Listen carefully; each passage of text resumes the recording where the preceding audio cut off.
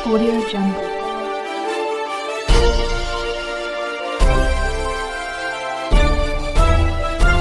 Audio Jungle. दरअसल मामला भिंड जिले के गोरमी थाना क्षेत्र के अंतर्गत का है। यहाँ गुर्जर समाज के सोनी और धर्मेंद्र गुर्जर ने बंदूक की नोक पर एक दलित युवती के साथ पहले सामूहिक दुष्कर्म किया। इसके बाद जब पीड़िता के परिवार ने मामले की रिपोर्ट थाने में दर्ज करा दी, तो इससे गुस्साए दबंगों ने पीड़िता पर राजीनामा करने के लिए दबाव बनाना शुरू कर दिया।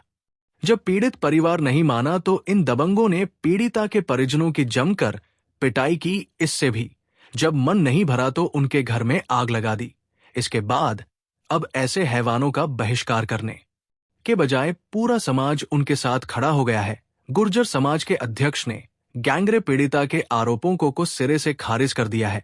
उन्होंने उल्टे पीड़िता पर ही पैसों की खातिर गलत तरीके से युवकों को फंसाने का आरोप लगा दिया। इस मामले को लेकर 150 से अधिक गुर्जर समाज के लोगों ने बाकायदा पंचायत की। इस दौरान इन लोगों ने पुलिस के वरिष्ठ अधिकारियों द्वारा मामले की जांच करने की मांग की। इन लोगों ने पुलिस और प्रशासन को 15 दिन का अल्टीमेटम दिया है। इन लोगों का कहना है कि जांच नहीं हुई तो उग्र आंदोलन करेंगे। क्षेत्र में तनाव को देखते हुए पुलिस फोर्स मौके पर तैनात किया गया है। मैं रिटायर्ड फौजी राजवीर सिंह गुर्जर, प्रदेश महासचिव राष्ट्रीय गुर्जर स्वाभिमान संघर्ष समिति। देखिए, आपने कहा कि पीड़ित परिवार जो आरोप लगा रहा है, ये जितने भी आरोप हैं वो बिल्कुल निराधार हैं, उनमें कोई सच्चाई नहीं है। जितना प्रकरण जनवरी से लेके अभी तक बन रहा है वो केवल और केवल पैसों का लालच है।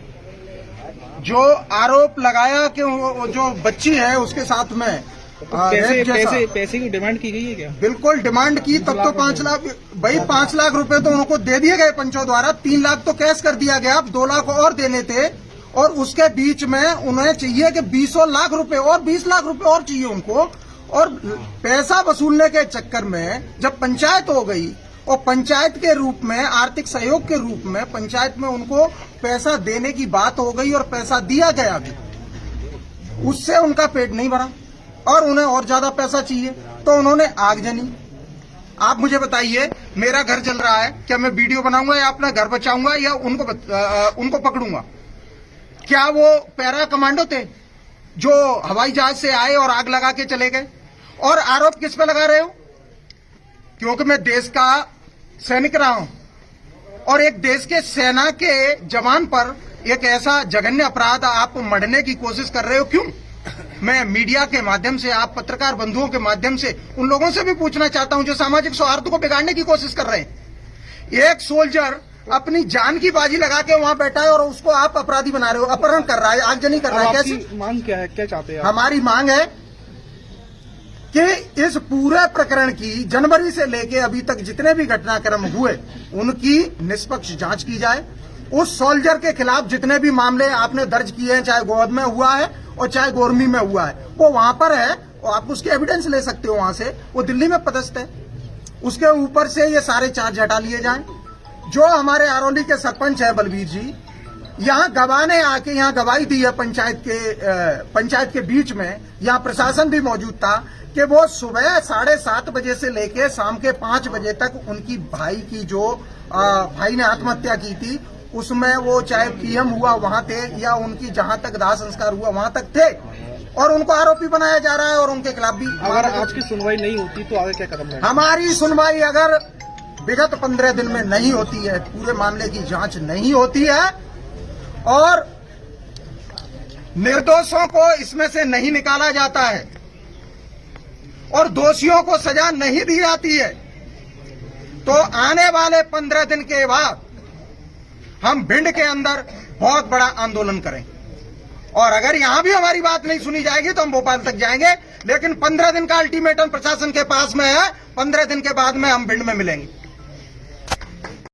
ज्ञापन दिया है, क्या मांग की थी, क्या आश्वासन दिया आपने? जो गुर्जर समाज द्वारा आज ज्ञापन दिया गया है, उनकी प्रमुख मांगे थे कि उनके खिलाफ जो मुकदमे दर्ज किए गए हैं उनकी निष्पक्ष जांच की जाए और एक सेना में जो इनका जवान है भर्ती है तो उसकी भी यहाँ उपस्थिति नहीं पाई गई।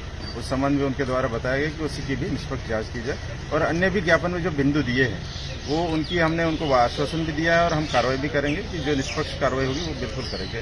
उन्होंने चेतावनी दी है अगर उनकी सुनवाई नहीं होती तो तब भी बड़ा आंदोलन करेंगे। समाज है, उनके द्वारा कहा गया है, लेकिन कानून अपना काम कर रहा है और कानून किसी के साथ अन्याय नहीं करता। हम तो बिल्कुल साथ में उनके और उनके सारी मांगों पर विचार किया जाएगा। वरिष्ठ अधिकारी भी लगातार हमारी मॉनिटरिंग कर रहे हैं और जो जैसे होगी वैसे कार्रवाई। तो मामला क्या था सर? पूरा मामला ये था, पहले शायद आगजनी घटना घटी है, पहले कोई एक तरह से पहले भी एफआईआर हुई, अभी लगातार 2-3 एफआईआर हुई। इस बात को लेकर मामला शुरुआत कहाँ से हुई? मामला एक पीड़िता के साथ बलात्कार की घटना थी, वहाँ एफआईआर हुई। फिर उसके बाद इनके द्वारा फिर कुछ बात हुई आपस में, तो बहुत ही बात है, लेकिन अब हम काम करेंगे, उनकी मांगों पर काम करेंगे।